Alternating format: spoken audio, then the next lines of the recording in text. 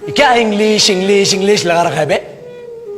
4 साल का था मैं जब मेरे पापा जबलपुर में किसी हलवाई के यहां काम करते थे। खुद तो कभी स्कूल गए नहीं, इसलिए अपनी गांड घिस घिस के मुझको स्कूल में भर्ती करवाया। अब कहने के लिए तो वो इंग्लिश मीडियम स्कूल था, लेकिन साले हमारे टीचर लोग खुद हिंदी में बात करते थे। हमारे स्कूल के लड़के एक दूसरे से यो व्हाट्स अप डो ऐसे बात नहीं करते हैं। क्या भौंक रहा है तेरा लंडा आजकल है? ऐसे गले मिलते हैं। किसी तरह रट्टा मार मार के 10th तक पहुंचे तो पता चला कि जिंदगी में सफल होने के लिए एक ही तरीका है और वो है इंजीनियरिंग। सब यही कहते थे। माँ बाप, टीचर लोग, गली का वॉचमैन भी हमसे पूछता था, और भैया कैसी चल रही है आपकी तैयारी? भग बेंचो, तुमको क्या करना है? इसलिए हमारे स्कूल के बच्चे हम सब पहुंच गए बकरों की तरह। मैं IIT, मैं NIT। अरे जिस बच्चे ने अपने बाप को जलेबी तलते देखा है वो तो यही सोचेगा ना कि जिंदगी में पैसा ही सब कुछ है। I did not choose this engineering life, sir, and neither did this engineering life choose me.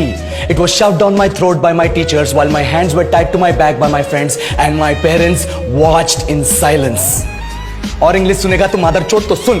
10th के बाद 2 साल लग गए इस कॉलेज में घुसने के लिए, कोचिंग में निकाल दिए। ना कुछ खेले ना कुछ सीखे, और 2 साल बाद जब यहाँ पहुंचे तो पता चला कि बड़े शहरों के कॉन्वेंट स्कूल के पढ़े बच्चे जब अंग्रेजी में बात करते हैं तो मरे हुए फूल भी खिल उठते हैं। आहा, हवा में ऑक्सीजन की मात्रा बढ़ जाती है इनकी अंग्रेजी सुन के। और पूरे कॉलेज की लड़कियां इन इंग्लिश स्पीकिंग लड़कों को अपना जीवनसाथी.com मान चुकी है। तुझे क्या लगता है? मुझे कभी लगा नहीं कि मैं अपनी अंग्रेजी पे काम करूं, अपने पर्सनालिटी पे काम करूं। बहुत लगा। ये चूतिया इंडस वैली सिविलाइजेशन का जो एजुकेशन सिस्टम बिठा के रखे हो, जिसमें हर साल में 10 सब्जेक्ट, हर सब्जेक्ट में theory, practical, viva, lab work, external, internal, majors, minors, assignment, project, thesis, गांड मार के रख लिया हमारी।